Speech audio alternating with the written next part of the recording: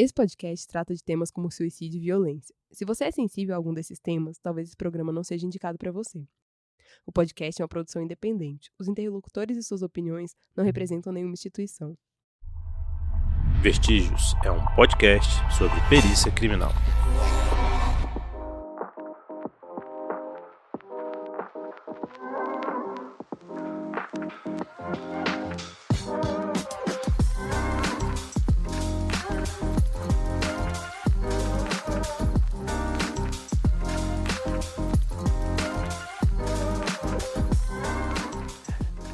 Olá, pessoal! Sejam todos bem-vindos novamente a mais um episódio do Vestígios. Hoje com reunião na cozinha, né? Sem convidado especial, só aqui todo mundo em casa, mais intimista. Oi? Em casa. Em casa, é. Eu, os meus amigos e colegas de profissão, Guilherme Menegói.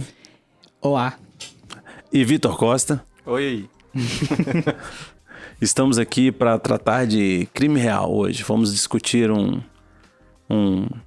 crime não, né? Crime ou não Suposto crime ou não crime, exatamente. Foi ou não foi? Uma morte violenta. Uma morte violenta, exatamente. E quem vai conduzir essa conversa é o nosso expert no assunto, tanto de documentários sobre crime quanto manchas de sangue, Guilherme Menegói. Então vamos lá, né, pessoal? A gente vai falar hoje... A gente pensou em falar um pouco de mancha de sangue e esse é um caso emblemático em que a análise de mancha de sangue foi bastante utilizada e também questionada em juízo. O caso é o caso da Staircase. Para quem ouve o podcast já me viu comentando de uma série sobre esse caso que saiu na HBO, acho que ano passado. Essa série é uma série... atuada, né? Uma série, uma reenactment, ela é encenada, então... E também tem um documentário que veio antes da série, bem antes da série, na verdade, e que mostra boa parte do processo de julgamento do suposto autor. Então vamos lá, basicamente esse caso aconteceu no estado da Carolina do Norte, nos Estados Unidos, em dezembro de 2001. No dia 9 de dezembro, o Michael Peterson, que será o nosso personagem principal, que é o suposto autor. Só fazer um aviso, a gente vai comentar vários detalhes sobre o seriado e o documentário e a minissérie. Então se você não viu ainda, você pausa, vai lá, assiste, que daqui pra frente vai ser spoiler o tempo todo. E outra vez também, a série documental, ela é um pouco enviesada pro lado da defesa. Então já fique claro também que às vezes é interessante assistir tanto a documental quanto a série atuada, ou às vezes fazer uma pesquisa por fora, porque tem um pouco desse viés também, então não pegue todas as informações como verdade. Mas enfim, então Carolina do Norte, dezembro, no dia 9 de dezembro, o Michael Peterson, que é o suposto autor desse suposto homicídio, ele liga pro 911, que é o SAMU norte-americano, o Serviço de Emergência norte-americano, falando, desesperado, assim, falando que a esposa dele tinha sofrido um acidente, que ela tinha caído da escada na casa deles. E aí, beleza, o pessoal vai lá, vai fazer o socorro, porque ele fez 2 ligações. Na primeira ele falou que ela ainda respirava, mas estava inconsciente. Na segunda ele falou que ela não respirava mais.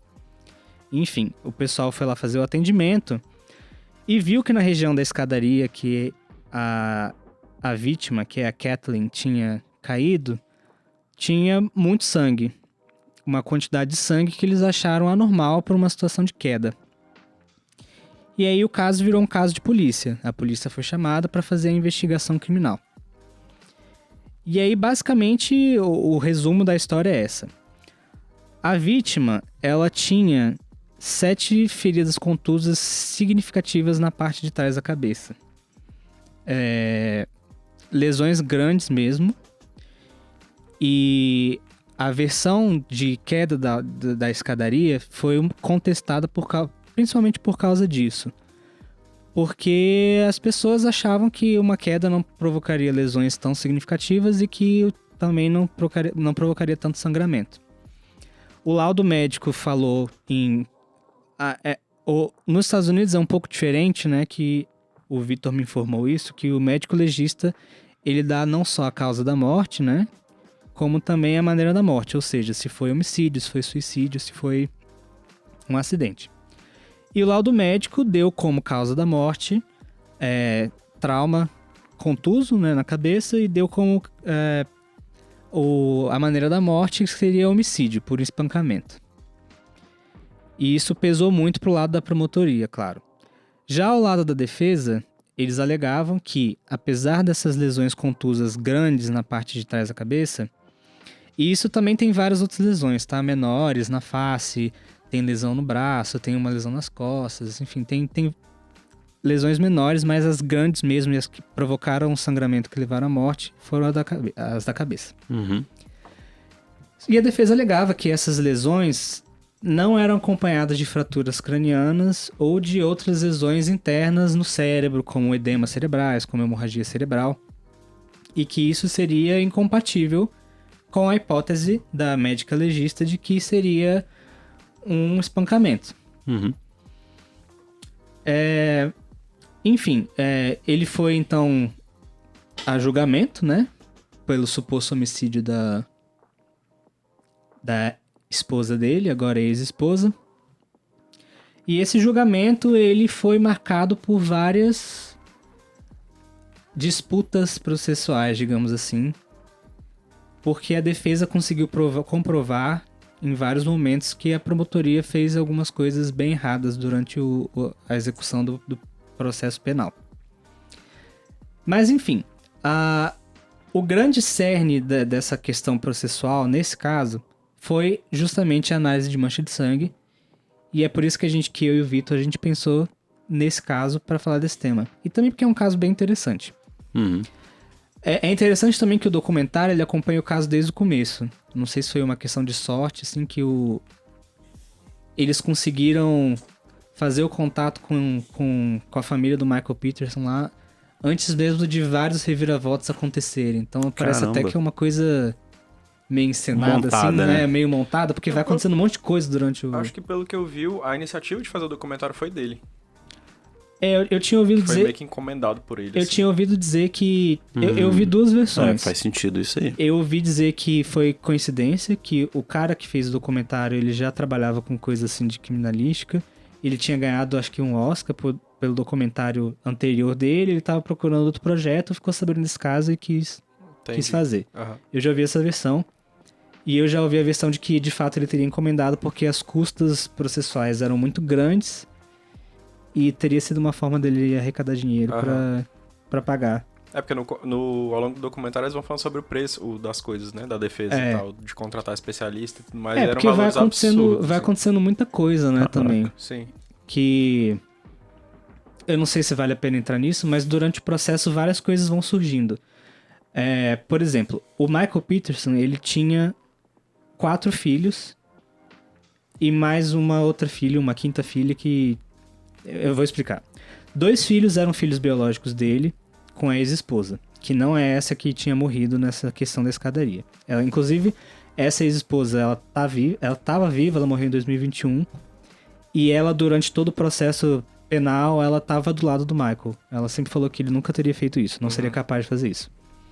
Então, ele teve 2 filhos com essa mulher, e eles 2 moravam juntos na Alemanha, por um tempo, e lá eles tinham um casal de americanos também, porque o Michael, ele serviu o exército, né, ele morava lá por causa disso.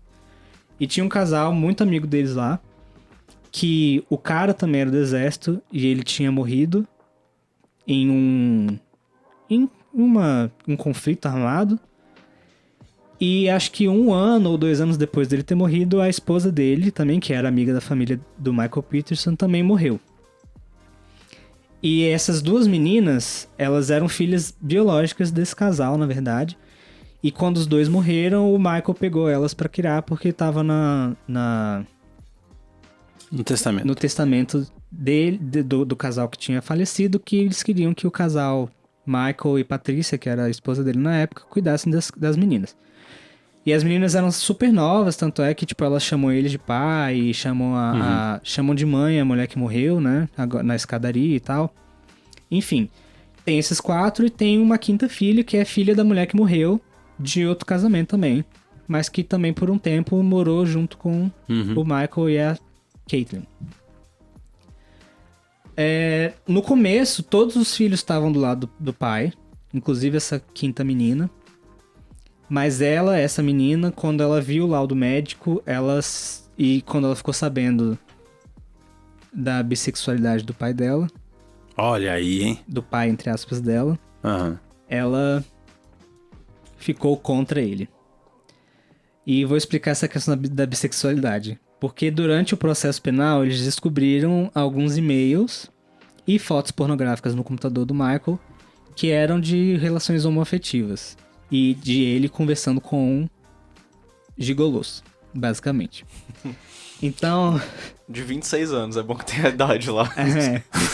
Não, ele foi chamado... o gigolô foi chamado em juízo pra depor. Sério? Ele foi chamado em juízo pra depor e ele falou que eles nunca fizeram nada, que eles iam fazer, mas que no dia não deu certo. Ele falou que era casado pra ele. E que o casamento dele era ótimo e que eles se amavam muito.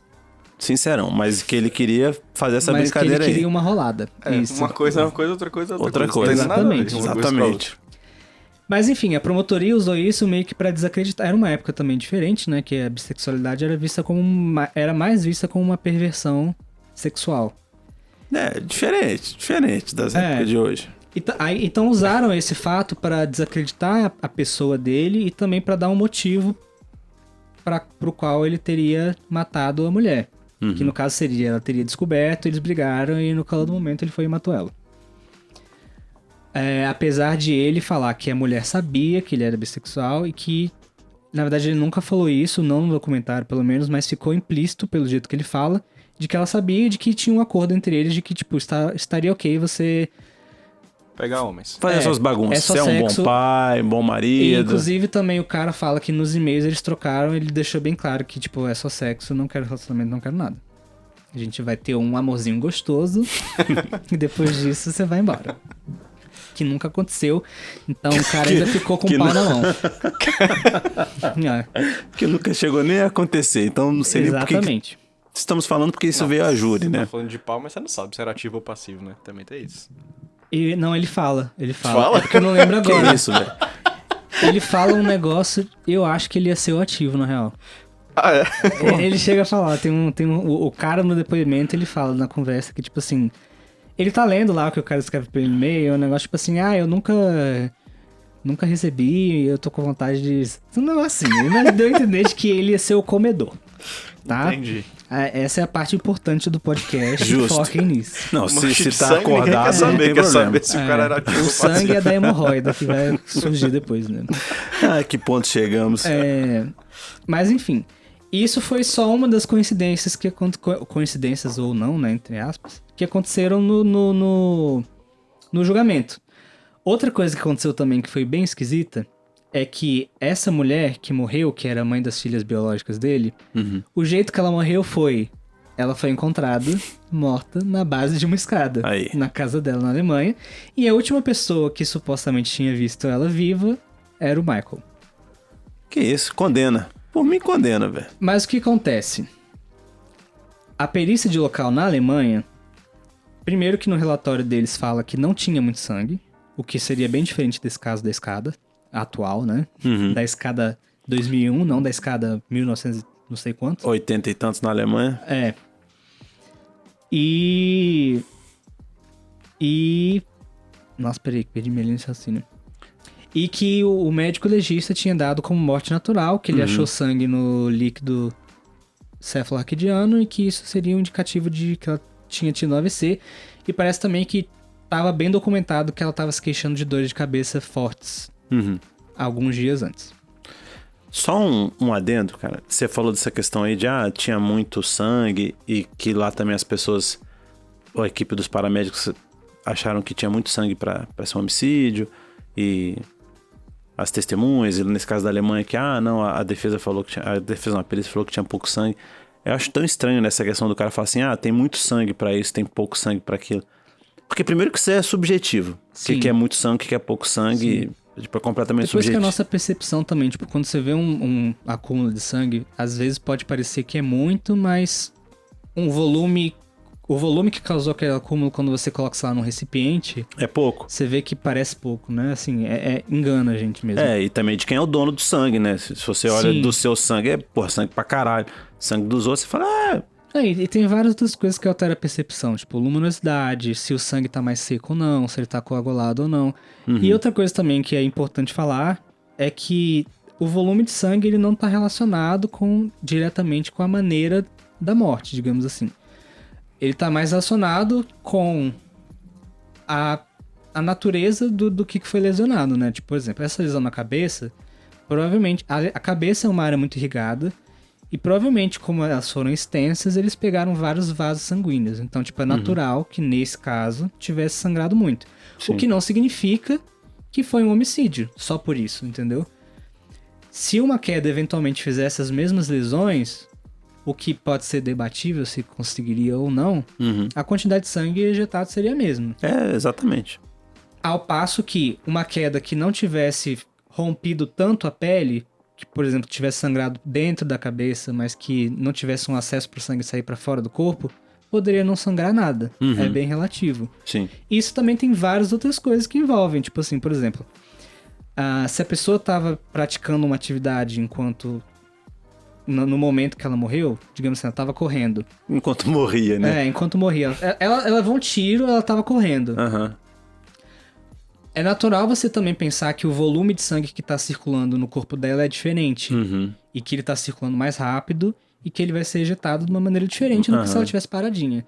Então, assim, são muitas variáveis para você fechar que isso tem algum tipo de correlação. Pode ter, pode não ter. Sim. Não é raro a gente pegar um caso, sei lá, um homicídio com facada ou tiro, o que quer que seja, que você não tem muito sangramento no local, por conta de... a ferida foi tamponada por qualquer motivo. Às vezes até uma visceração. Aí o intestino tá saindo ali, tá tampando a ferida, então você não tem sangramento externo. Só que quando abre o cadáver, você vai ver tem um volume de sangue de hemorragia interna ali que é gigantesco. Então, assim, sangrou muito.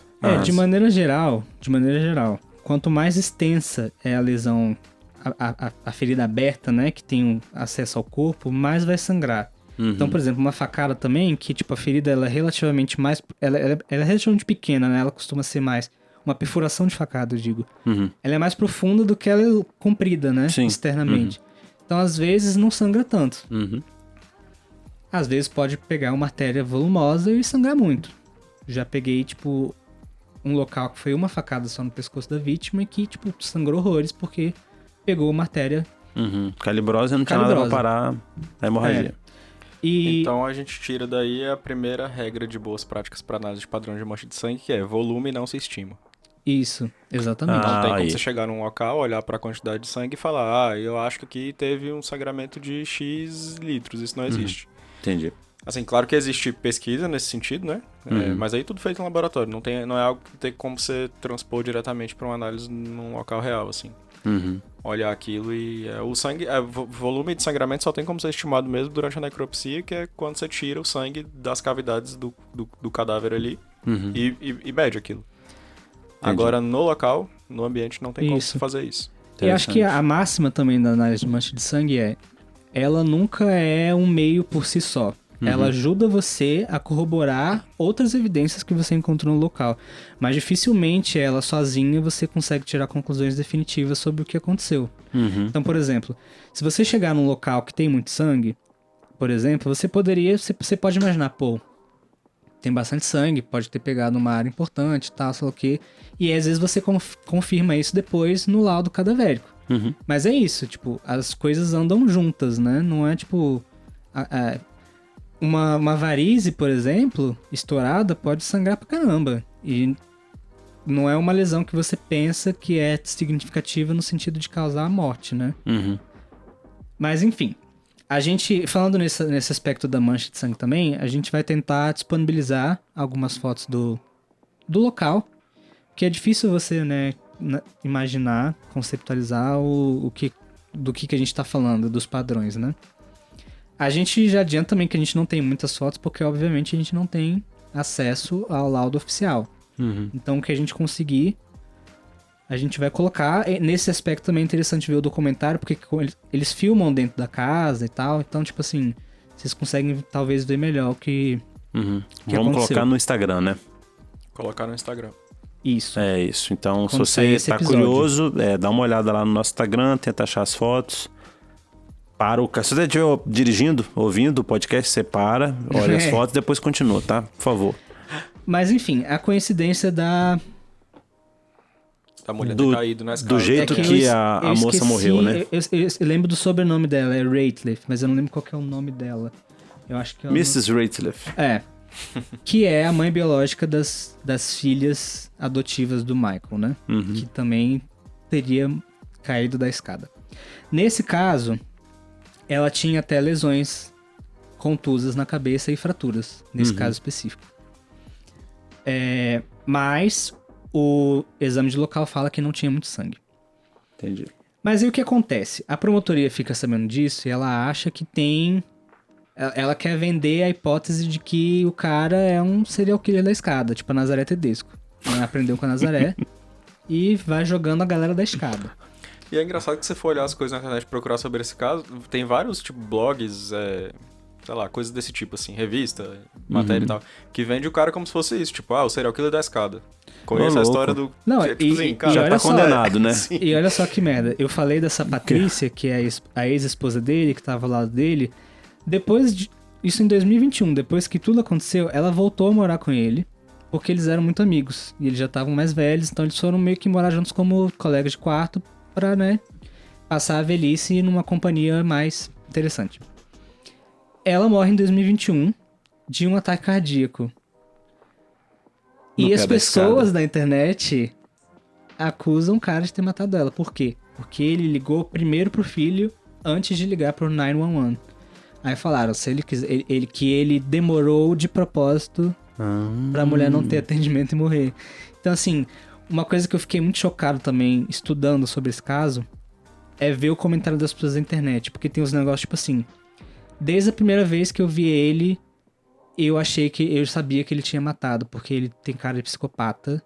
E ele é ardiloso e, tipo assim, de ver o cara na televisão, entendeu? Assim, convenhamos que ele não é a pessoa mais simpática Ele do é mundo, né? Ele é bem esquisitinho estranhozinho. mesmo.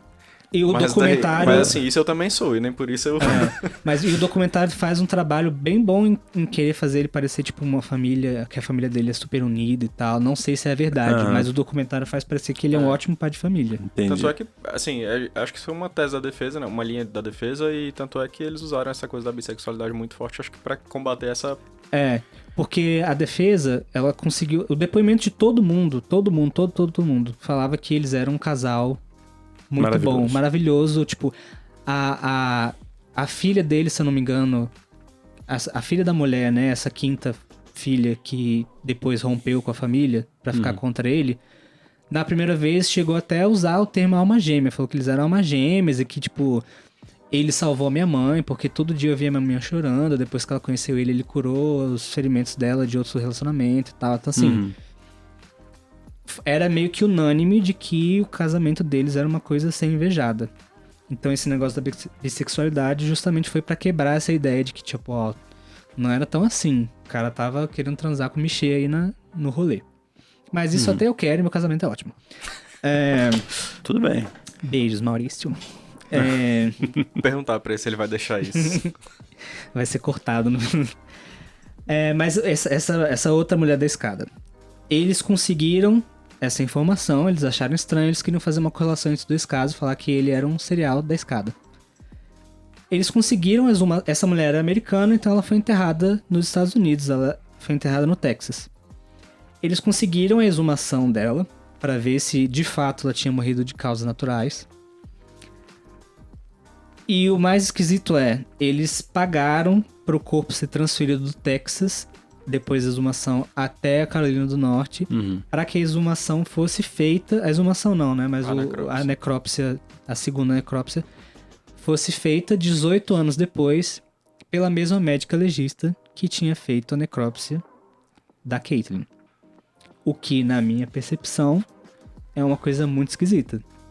Sim. Que não parece que tem muita parcialidade do lado da médica total, legista, né? Sim. Exatamente. Tá escolhendo perito, né? Exatamente, que é uma coisa que, pelo menos no Brasil, É a proibido. legislação não permite você escolher o perito que vai fazer o exame.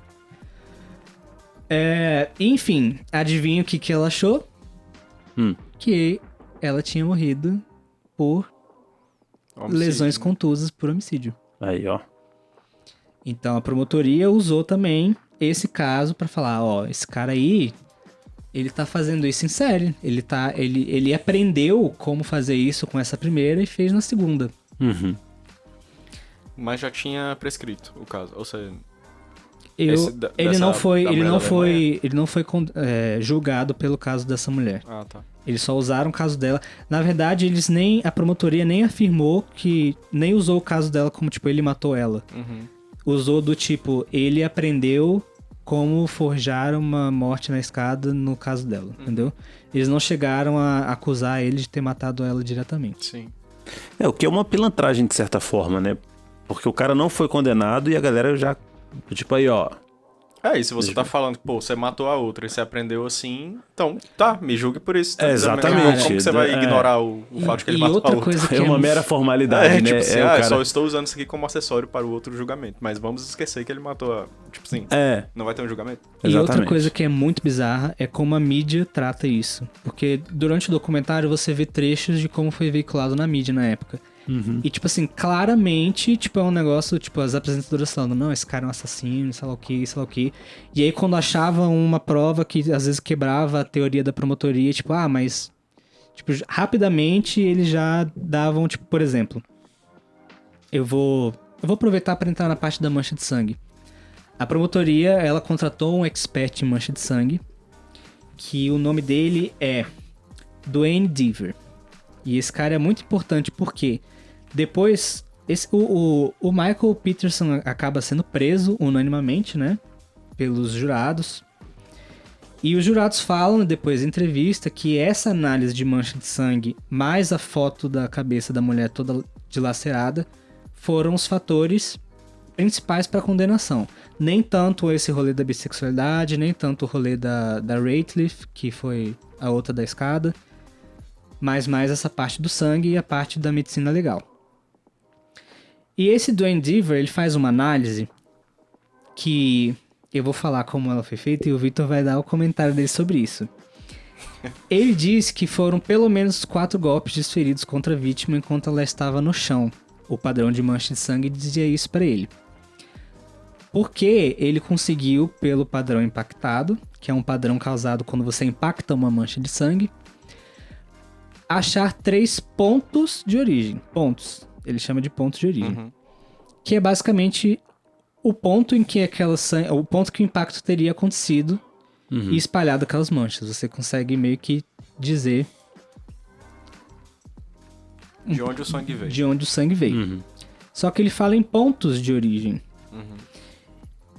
E alguns dos pontos, eles têm, tipo, distâncias de, tipo, 2 inches, então dariam 5, 6 centímetros entre um e o outro. O que você acha a respeito disso, Vitor? Essa análise? Não sabia dessa parte. Mas assim, quando você tá falando em origem de espargimentos, né, de uma mancha de sangue, você vai calcular, na realidade, um volume, não é um ponto. Às vezes as pessoas chamam de área, mas também não é uma área. Então, quando você imagina uma fonte de sangue sendo atingida, por exemplo, você tem lá a cabeça da pessoa, nesse caso aí específico, tem a cabeça da pessoa e provavelmente já tinha alguma ferida ali, ou mesmo que não tivesse, né? Mas você vai bater naquela região com alguma coisa. Nesse caso aí, supondo que era o bastão. Então você vai bater com o bastão na cabeça da pessoa, aquilo ali vai gerar uma ferida e vai, obviamente, gerar uma hemorragia. Quando você bate de novo, e já tem uma quantidade de sangue disponível ali, isso vai formar esse padrão de sangue que o Menegói falou, que é o padrão impactado, né, de impacto. A partir dessas manchas a gente consegue fazer com uma análise que é basicamente trigonometria, encontrar a região de origem dessas manchas. E é isso pra quê? Pra determinar a posição da pessoa no momento em que ela foi atingida. Da pessoa ou do que quer que seja, né? Porque qualquer fonte de sangue disponível vai gerar esse tipo de mancha aí quando for impactado. O que acontece é quando você bate um objeto que é grande, como um bastão, numa outra região que é grande, como uma cabeça, você não vai ter um ponto só sendo atingido. O sangue não tá vindo de um pontinho só, né? Ele tá vindo de uma região que é extensa e que tem 3 dimensões. Uma cabeça e um bastão, né? Obviamente. Então você vai ter, na realidade, um volume de origem. Você não tem o sangue vindo de um ponto só. E esse é um erro, sim, que é básico, né? Completamente básico. É estranho você falar que um cara que é um expert sendo chamado no tribunal do júri pra depor falar uma besteira desse nível. E, assim. por exemplo, como você tem uma região aproximada de que esses espargimentos saem, ele deu 2 pontos que são 5 centímetros distantes um do outro. Muito perto. Poderiam ser a mesma área de um mesmo impacto, E entendeu? muito provavelmente eram, né? Assim, não tem como... Então, assim, ele fala em número X de golpes, essa análise já tá completamente enviesada. E só pra contextualizar um pouco, assim, esse tipo de análise, quando ela é feita de forma trivial, que nesse caso aí certamente foi por causa do ano, basicamente é o problema de modelo matemático que é usado para definir as trajetórias das gotículas de sangue. Nesse caso aí, se você considera que essa trajetória é linear, que o sangue sai daquela fonte e vai de forma linear até atingir a parede, que era a superfície aí no caso, o erro que você pode ter na vertical, na determinação da área de origem do sangue... Ou seja, a altura, né, que estaria... A altura que estaria a fonte, né? Considerando que essa fonte estava a uma distância de aproximadamente 1 metro da parede, o erro que você pode ter com essa análise na vertical, na altura, é de até 45 centímetros. Caraca, é coisa pra caramba. Então assim, como que o cara fala um negócio desse de uma diferença de 5, 6 centímetros entre 2 pontos diferentes, sabe? Isso aí, obviamente, tá... Assim, poderia ser da mesma região de origem? Poderia. Mas poderia ser só o erro também, com certeza. Sim. E o que acontece é que a defesa também contratou um expert em mancha de sangue, que é o Henry Lee, que ele é um cara até famoso nos Estados Unidos. Ele participou do caso do O.J. Simpson, por exemplo. Ele é meio considerado um estrelinha, tipo um perito influencer nosso aqui, ele é lá. E ele já deu uma análise completamente diferente. De acordo com ele, o padrão que existia na base da escada ele seria compatível sim com uma queda. E a hipótese dele é de que esse padrão impactado, que pelo menos parecia ser impactado, poderia ter sido causado pela respiração da vítima enquanto ela agonizava naquela região da escada.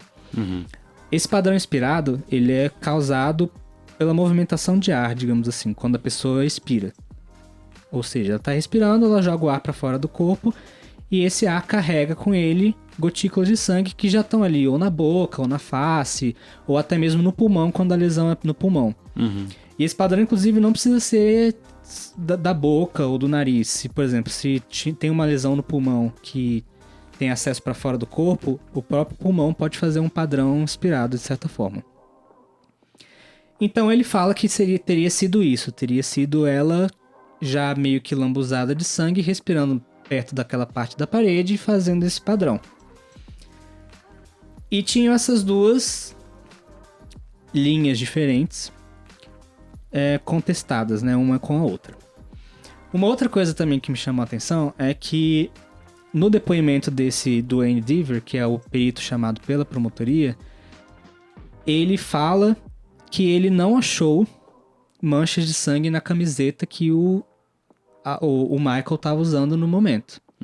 O que seria estranho você pensar que se espirrou tanto sangue assim por causa de um espancamento na parede, na escada, etc., que não foi espirrado no próprio autor, que tá ali batendo, né? Com certeza. E ele fala em juízo que manchas muito pequenas não tem uma técnica que você poderia ver. E aí o advogado de defesa, ele contesta, ele fala, não, ó, existe luz forense, existe luminol, existe sei lá o que, você não fez essa análise?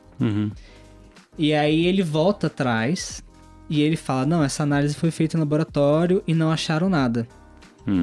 Ou seja, ele pegou uma evidência que era exculpatória do suposto autor, que é a ausência de mancha de sangue na camiseta, e escondeu isso. A promotoria talvez soubesse desse resultado e não forneceu isso para a defesa. Malandro. E isso é uma coisa muito grave. Mas por algum motivo, eu acho que nesse julgamento específico isso passou. Isso foi questionado pela defesa, mas meio que, tipo... Porque é muito louco, né? A primeira coisa que você ia olhar é, tá, e como é que era a roupa do cara? Que Sim. teria feito isso. E outra coisa que esse Henry Lee falava, que é o expert trazido pela defesa, é que você não achava manchas formadas por desprendimento nas paredes ou no teto. O que são essas manchas? Falei bem essas manchas. Bem carioquês agora. Parecendo um bully.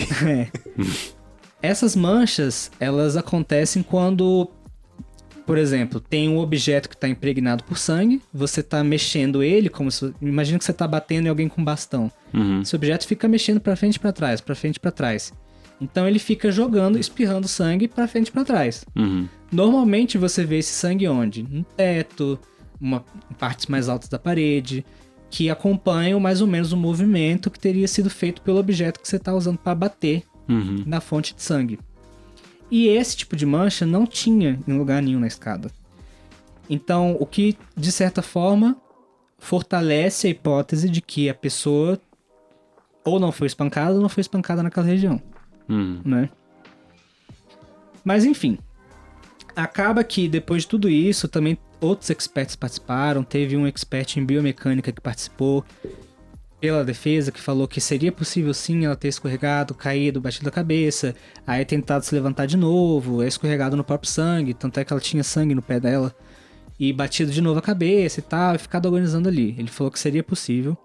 Eu achei a análise dele bem condizente, inclusive, achei bem interessante. Mas no final das contas não deu muito certo pro Michael, ele foi sentenciado à prisão perpétua por homicídio qualificado ainda, porque olha que interessante. Eles falaram que foi, ao mesmo tempo que foi no calor do momento que ele matou ela, que isso já tinha sido premeditado. Então... Tô louco. Porque, de acordo com um dos jurados, a premeditação não significa que você precisa planejar com muito tempo de antecedência. Pode ser até segundos antes do ato. Oxi. Ou seja, não existe calor do momento, é tudo premeditado sempre. Sim. Porque se eu posso premeditar 2 segundos antes... É só o pensamento, vou matar essa desgraça. Aí... Sim, então ele foi condenado por homicídio e qualificado ainda por premeditação. Eita. Só que o que acontece? 8 anos depois, esse Duane Deaver, que é o perito em mancha de sangue, que foi trazido pela promotoria, ele é condenado. Eu não sei se ele é condenado, mas assim, descobrem que ele fraudou pelo menos o resultado de 34 laudos periciais. E de que ele omitia resultados que eram favoráveis à defesa dos laudos. Então, tipo assim, ele fazia um exame preliminar e o exame preliminar falava que era sangue. Aí ele fazia um exame confirmatório e o confirmatório falava que não era. Ele só ignorava o resultado do confirmatório e falava que era sangue. Ficou louco. E coisas desse tipo. E que ele também mentiu sobre o treinamento dele. Em juízo, ele falou que ele já tinha participado de mais de 500 casos como analista de mancha de sangue. Não diretamente. Diretamente, acho que ele falou que eram uns 200 e 300 como, tipo assim, ou observador ou tipo, tirando dúvida de alguém, enfim. Mas que ele teria essa expertise e que ele teria sido treinado com um cara famoso lá na área de mancha de sangue. Que, se eu não me engano, foi o David Spittle, que ele falou que treinou ele. E depois descobriram que, tipo, ele tinha feito, na verdade, 17 casos de mancha de sangue. Nossa. E que ele tinha participado de apenas 3 júris como expert em mancha de sangue. E ele tinha, tipo, também falado que já tinha feito esse trabalho várias vezes. Cara, é surreal isso, né? Assim, a maneira com que... A gente acho que já até tratou disso em outros episódios. Que muitas vezes a questão do expert é simplesmente o cara que se declara e todo mundo compra essa história aí. Não, mas o mais bizarro é que ele era do SBI, né? Que lá tem o FBI, né? Que é o Federal Bureau. E tem o SBI, que é o State Bureau, que são os estaduais. Ele era um agente especial do SBI. E depois um agente do FBI foi fazer um auditamento do laboratório dele lá e viu que, tipo... Tava tudo errado e foi desbandado toda a equipe que ele treinou desse laboratório. Inclusive tem vídeos dele fazendo os exames dele, nesse caso do Michael Peterson, tipo assim, ele tentando reproduzir as manchas em laboratório que ele viu lá, pra ver se tipo poderia ter sido provocado por X, por Y. E são uns vídeos até meio engraçados, assim, porque, tipo, dá pra ver que ele tenta muito produzir a mancha que ele quer produzir. Aham. Aí, às vezes, ele vê que ele não tá conseguindo, ele vai e muda um pouco, assim, tipo, o jeito pra ele conseguir produzir aquela mancha e falar, ó, foi isso aqui. Uhum.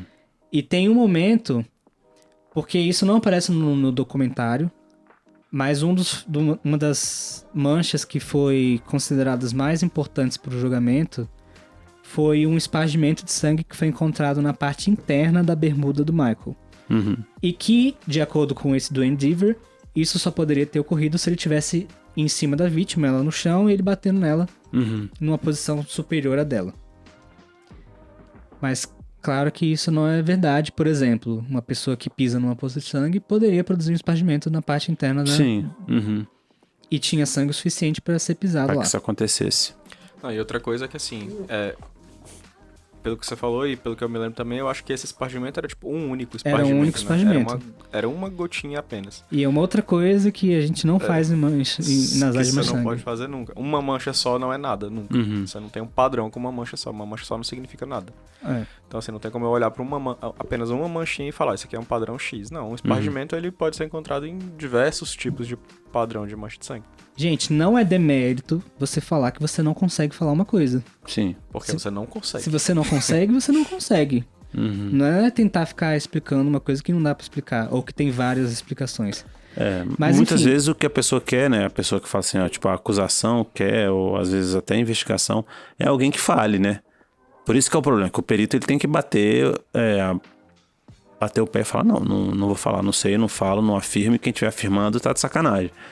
Às vezes sustentar o inconclusivo é mais difícil do que sustentar qualquer tipo de afirmação. Exatamente, Mas Concordo. enfim, eu falei desse negócio do espargimento na calça porque dá pra ver que na hora que eles estão tentando formar esse espargimento em laboratório, eles tentam muitas vezes. E quando eles finalmente conseguem, a analista que vê o espargimento, ela, tipo, comemora, faz uma dancinha e tudo isso é gravado. Tipo assim...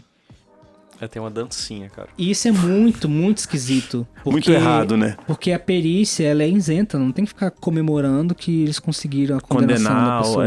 Exatamente Tirando isso. esses experimentos sem qualquer tipo de rigor científico, né? Mas não vamos entrar nessa seara, porque senão a gente fica aqui o dia inteiro. Mas enfim, descobriram então que esse cara forjava um monte de coisa, fez um monte de merda. Então o Michael Peterson, o advogado, ele pediu um retrial, porque... um rejulgamento, porque... se uma das principais evidências que a promotoria usou para condenar ele foi agora completamente questionada. Inclusive, tinham outras pessoas de outros casos que estavam sendo soltas, que esse perito, entre aspas, trabalhou, e tinha condenado essas pessoas, elas foram soltas. Então ele pediu esse rejulgamento e ele conseguiu. Isso em 2011, ele já tinha ficado 8 anos preso, porque ele foi... Esse julgamento demorou bastante, né? Apesar do caso ser em 2001, ele só chegou a ser julgado em 2003. Aí ele ficou preso de 2003 a 2011.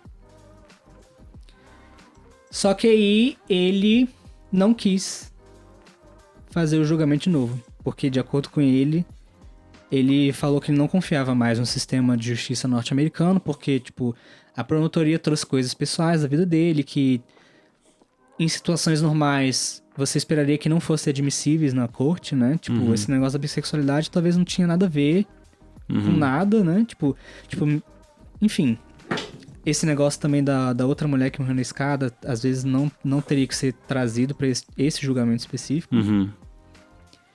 E ele não quis, e aí ele fez um acordo com a promotoria, que lá nos Estados Unidos existe, que se chama Offered Plea, que é um negócio que eu acho muito esquisito, mas que é basicamente, você não se considera culpado, mas você fala que a promotoria tem evidência suficiente pra te culpar. Então é basicamente você aceitando que você foi culpado, mas você não admite que é culpado. Não sei como explicar isso direito. Você afirma que é inocente, mas que aceita o acordo de culpa pra se beneficiar judicialmente, né? Assim, sua pena vai ser reduzida.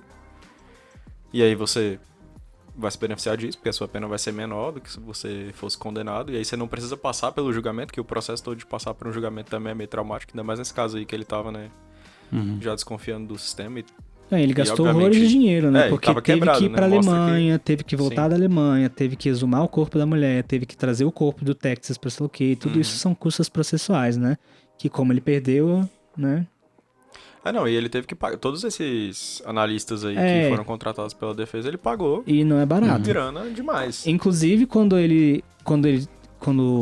ofereceram o retrial dele, o juiz soltou ele numa fiança de $300 mil. Então ele ainda teve que pagar $300 mil pra sair pra prisão domiciliar. É. Quando, Então, acho quando ele, né, foi dado o julgamento de que teria um rejulgamento. Então é isso aí, a pessoa assume a culpa judicialmente. É como se fosse uma culpa processual, né? Tipo assim, eu vou assumir a culpa aqui no processo pra me livrar de uma burocracia, como se fosse isso, assim. E aí, mas na realidade eu sou inocente. Pois é, mas aí é isso. Então, como o Victor falou, Que a pena é coisa. reduzida. Ele já tinha cumprido quase 9 anos de prisão. Uhum. E esses 9 anos de prisão quase já seriam maiores do que a pena máxima para esse acordo deles. Então, ele foi solto, basicamente. Mas na ficha dele, ele é um homicida, né? Uhum, Ele sim. não é mais réu primário, enfim. Eles chamam de... É porque lá não é... Lá tem manslaughter, né? Que é tipo como se fosse um homicídio culposo aqui, né? E eles chamam de voluntary manslaughter. Que ele é um Um homicida voluntário, sabe? sim. Um negócio meio, bem esquisito, assim. Enfim, é isso. E esse caso, hoje em dia, ele é bem emblemático por vários motivos. Primeiro porque a promotoria... Tem várias coisas aqui que eu não entrei e que também são falhas da promotoria, assim, bizarras. Então ele é emblemático por isso, porque ele prova que o sistema, às vezes, ele é... Porque a gente sempre aprende que você é inocente até que seja provado que é culpado, mas na prática o que acontece é que muitas vezes você tem que se provar inocente. Uhum. E que essa relação ela é assimétrica, né? O Estado ele tem muito mais recurso e muito mais poder para conseguir fazer com que você seja culpado. Uhum. E é o que parece que aconteceu nesse caso. Eu não estou entrando no mérito se eu acho que ele é culpado, se ele é inocente, mas eu acho que ele, com que as provas materiais que eles tinham aqui, ele não deveria nunca ter sido preso. Eu acho que não se sustenta. Eu acho que tinha dúvida o suficiente para que ele fosse considerado inocente. Uhum. Então ele é muito emblemático por causa disso e ele também é emblemático por conta dessas falhas periciais. Inclusive, depois desse caso, muita gente tem essa ideia de que a análise de mancha de sangue é completamente junk science. Uhum. Que é uma coisa que a gente já falou um pouco nesse podcast, mas que é basicamente uma coisa que se traveste como ciência, mas que na verdade é muito mais subjetiva do que... E de fato, a análise de mancha de sangue ela pode ser muito subjetiva se ela não é corretamente empregada. Porque é fácil um analista chegar lá e falar, eu acho que isso aqui foi produzido por isso, sem tomar o devido cuidado.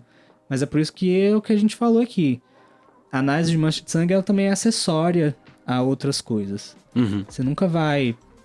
Por Bater exemplo, o nesse martelo. caso aqui, você usa a lesão, você usa a ausência de instrumento, você usa vários outros indícios de que talvez não tenha sido um espancamento, ou pelo menos não ali naquela região. Uhum. Mas enfim, acho que é mais ou menos isso o caso. Fala o que aconteceu com esse expert aí de mancha de sangue. Foi Cara, preso? eu não sei o que aconteceu com ele, eu não procurei. Mas assim, eu acho que o bicho deve ter, né? Pô, se não foi preso... Eu acho que no documentário falava alguma coisa de condenação mesmo, mas aí eu não sei se prisão. Ou... Uhum. Eu não lembro de ter visto isso. Mas Eu imagino que sim, né? Porque. É pelo menos uma indenização, né? me lembraram aqui agora também. Esse caso também é muito emblemático. Porque depois do julgamento, surgiu uma teoria que o pessoal chama de teoria da coruja. Que ela foi levantada por um vizinho Uhum. do Michael e da Caitlyn, né? Que também é advogado. E que ele, vendo o laudo da autópsia, ele viu assim, pô, tem duas lesões aqui que elas têm um formato muito parecido com a da pata de uma coruja. Uma coruja. E de fato são lesões assim que elas são muito extensas, então às vezes eu fico em dúvida se uma coruja conseguiria fazer uma lesão dessa magnitude. Mas são duas lesões, lado a lado, e que elas têm um formato certinho daquele tridente com um cabinho assim, de pata de galinha mesmo. É muito parecido. E são duas lado a lado. E ele achou isso esquisito. Eu acho isso muito bom, velho. E ele achou isso esquisito, e aí ele postulou essa teoria, porque nessa região onde eles moravam, tem muitas corujas de uma espécie que eles chamam de barreled owl, que eu não sei como que é essa espécie em português. Era barracuda? Barracuda? Barrada? Coruja barrada, acho que é isso. Coruja barrada, então. Nosso especialista em corujas. Não, vocês dois são biólogos e eu tô aqui dando pitaco no... Não tem coruja no Brasil, não, brincadeira. E que essa coruja, ela é famosa por ser agressiva e por atacar pessoas. Inclusive até a morte em escadas. E pessoas que são casadas com bissexuais. Exatamente, especificamente uma coruja isso. específica. Rara a coruja, mas tem muito. Pois é, e outra coisa, ele achou esquisito também porque quando ele viu a lista de evidências do pessoal que fez o exame de local, ele viu que tinha uma pena na lista de evidências. E depois, no exame do médico legista também, isso tem até no laudo, você vê que eles acharam... A Caitlyn, ela tinha punhados de cabelo, do próprio cabelo na mão dela.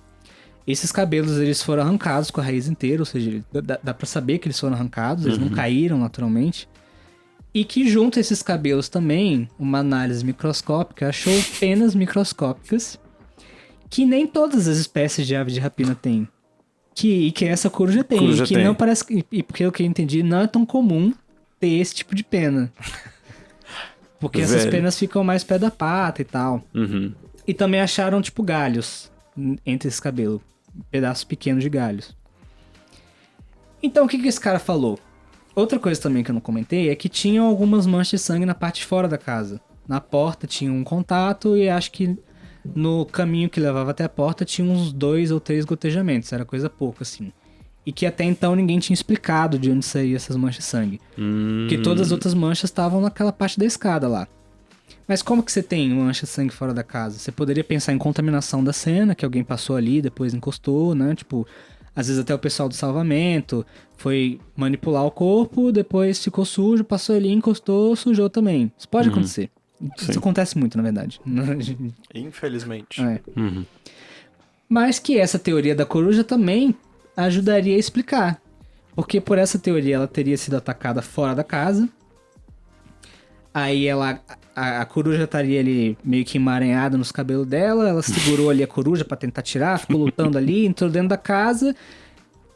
Ela já tava... Eu não sei se eu falei isso também, mas no exame toxicológico viu que ela tinha um teor alcoólico no sangue e também de outros remédios. E que esses remédios, junto com o álcool, poderiam ter um efeito agonístico e ter assim...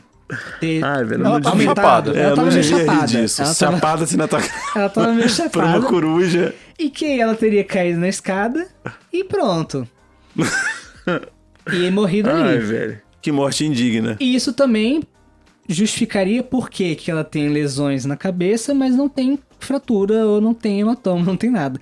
Então, assim, apesar de a princípio parecer uma teoria muito fora do comum, e se eu não me engano também, apesar das corujas atacarem, acho que não tem nenhum caso reportado de que a coruja de fato tenha conseguido matar. Não, mas a mulher saiu rolando na escada, né? E outra coisa também que eu não falei.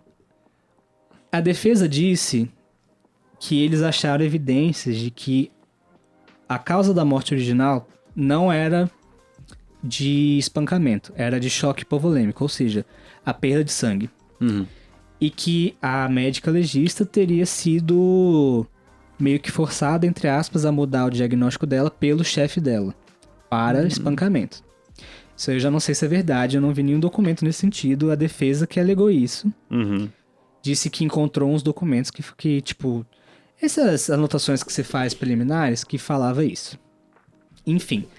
Então, assim, apesar de parecer muito fora da casinha essa teoria, ela se encaixa materialmente em várias coisas que até então não tinham explicações.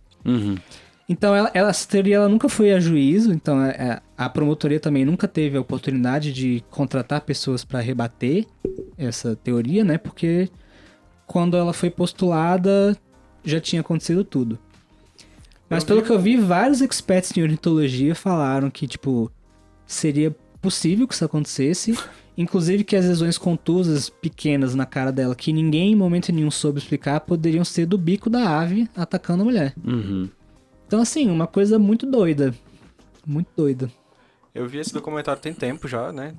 E aí não deu tempo de eu assistir de novo, mas quando você me falou dessa história da teoria da coruja, eu não sabia dela.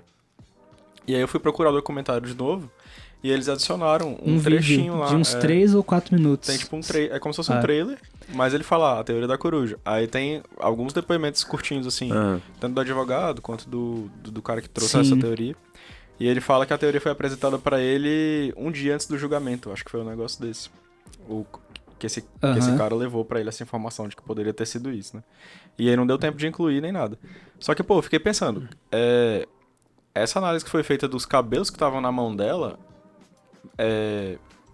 que tipo de análise faria isso? Assim, por que motivo fariam essa análise do nada? Tipo microscópica, né? Microscópica pra achar... E viram que tinha uma pluma microscópica. E ainda foram ver a origem desse pelo, dessa pena. Tipo, não, pra então, ver que era dessa coruja específica, ou... E parece que essa análise foi feita 2 vezes. Uma antes e uma depois desse cara ter trazido... Ele contratou um expert lá pra, tipo... teve um outro exame... E achou outra pena também microscópica. E aí que foi feita essa análise mais ornitológica, assim. Isso aí, eu confesso que eu tô um pouco por cima disso, porque o documentário não aborda e as fontes também na internet não são tão claras.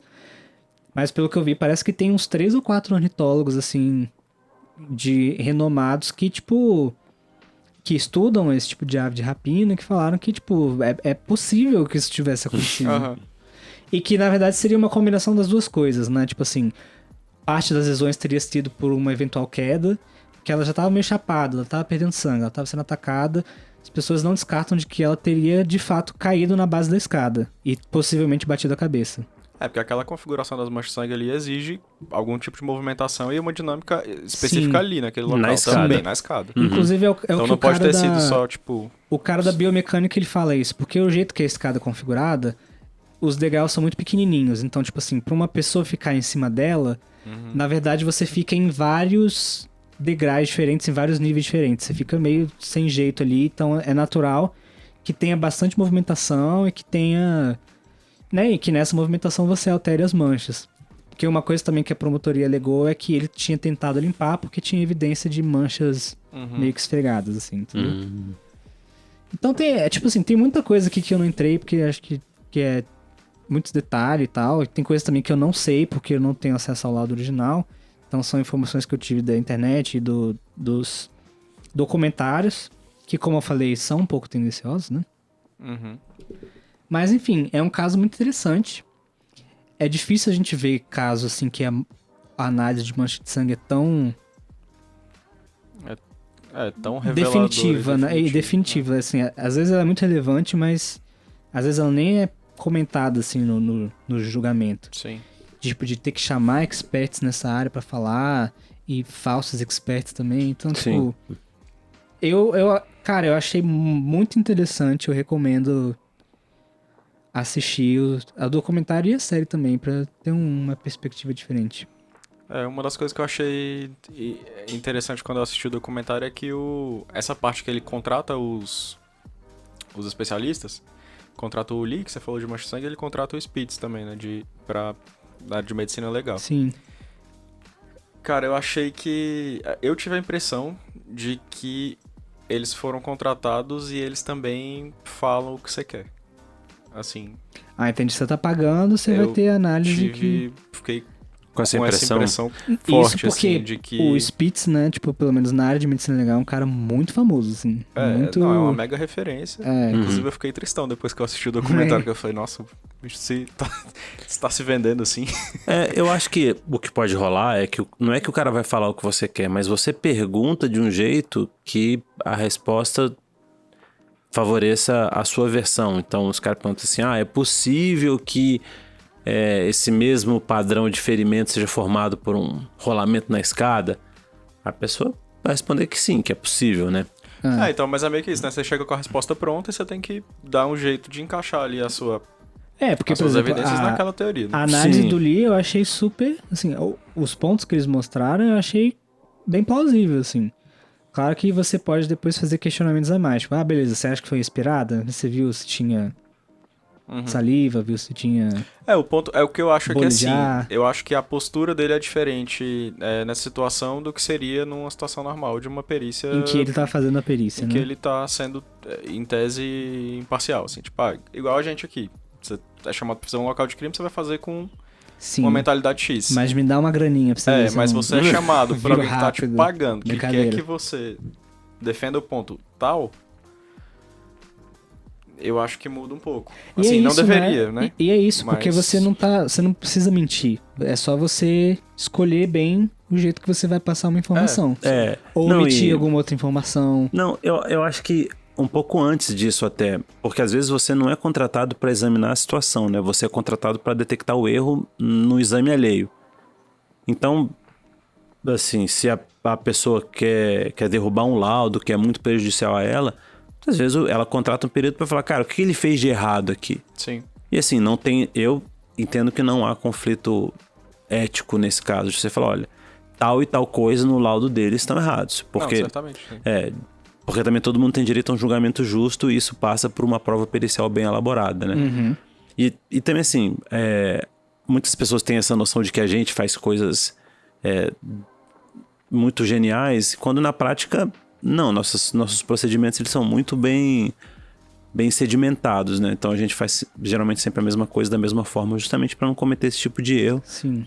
que vai tirar você, opa, te tem uma ideia. Tipo, a é raro hipótese ter- da coruja. É raro ter esses momentos, né? De, nossa, e se eu fizer isso e é um meio diferentão, e aí você faz experimento e aí, tipo, dá certo. Tipo, Isso é não raro. não é assim. o nosso dia a dia, né? Não é o dia a dia. Então, é fácil de você criticar alguém que erra o dia a dia, porque o dia a dia ele é bem sedimentado, né? Outra coisa que eu achei muito estranha é que esse julgamento, ele demorou meses, assim, foi... Até a data dele, acho que foi o maior julgamento da Carolina do Norte. Tipo, demorou meses, assim, de julgamento. E a escada ficou com uma mancha de sangue o tempo inteiro. Eles não limparam. Sim, não, eles levam jurados na casa pra Eles fazer levam turno, né? jurados na casa e pra ver a fazer mancha. turno. Caraca, que merda, hein, velho? E tipo Isso é assim, louco. e acho que eles estavam morando nessa casa. Com as manchas de sangue lá da mãe, entendeu? Porra! Não tenho certeza Sério? se eles estavam morando lá ou se eles Cê foram é pra outro louco. lugar. Mas assim, muitos. E tipo assim, um rolê, tem uma parte lá que eles chamam esse Henry Lee pra falar desse negócio. E é a parte que ele tá explicando que poderia ser essa mancha de expectoração. Aham. Ele deita no degrau ali, fica na posição mais ou menos ali que a vítima estaria e fica meio que simulando tá espirrando o negócio. Tipo assim, e o degrau Todo cheio de ensanguentado. sangue seco, claro, mas que nojo. Porra, Que- recebeu bem o caboclo pra fazer um negócio desse, Cara, hein? bicho, e o advogado também lá, deitadão lá, não, e tipo, eles testando umas hipóteses assim, aí passa a mão, sem luva, uns negócios muito esquisitos. Caralho, que coisa nojenta. Eu vi que essa casa foi vendida em 2021. Então, assim, era deles até... 2021, eu 2 acho. anos atrás, Eu né? acho que ele deve ter vendido pra pagar, né? As Pra pagar as dívidas dívidas. dele. Então, aí sobre motivações que ele teria pra matar a mulher, né? Tem uma história de que ela tava... eles estavam muito endividados, os dois, e ela tinha um seguro de vida alto. Então, mas eu vi também que isso parece que foi tendência da perícia, porque parece que eles pegaram, tipo, várias coisas de cartão, várias coisas de compra, e eles contabilizaram várias coisas negativas, mas não contabilizaram as entradas. Por exemplo, eles compravam ação, aí eles consideravam como uma dívida. Aham. Aí quando vendia essa ação, eles não colocavam o dinheiro que eles ganharam nessa ação como... Como retorno. patrimônio. Aí parece que no trabalho da mulher, ela tinha várias dívidas, ela pagava várias coisas no trabalho que depois eram ressarcidas pela empresa. Aham. E que esse ressarcimento também não entrou.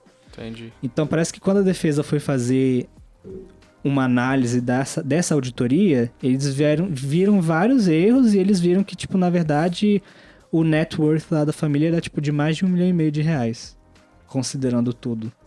Então, assim, que, tipo assim, de fato, eles gastavam muito, mas que eles tinham como... Entendi. eles tinham outros assets, né? Aham. Só que, e aí parece que é por isso também que isso nem no documentário nem fala muito isso, porque a promotoria traz isso, a defesa derruba na hora e meio que o tiro sai pela culatra. É porque eu vi uns e-mails que tinha troca de e-mails dele com essa ex-mulher sobre dívidas. E ele falando de dívidas dos filhos também. Enfim. Eu vi também outra fonte que falava que parece que eles gastavam em média $1.000 a mais do que eles em tese poderiam por mês. Então eles ganhavam X, gastavam X mais mil. Mas também nem vou lembrar agora de onde que eu vi isso e o quão reputável é essa O problema fonte. de falar desses casos assim, principalmente esses famosos e de outros países, é que a gente não tem acesso a tudo, né? Sim. Na realidade, não tem acesso a quase nada. Sim. Nesse caso específico, tinha acesso ao laudo da necrópsia, que estava disponível na internet, mas Pois nem de é. forma oficial, né? Alguém vazou isso daí e tá na E internet. tá aí até hoje.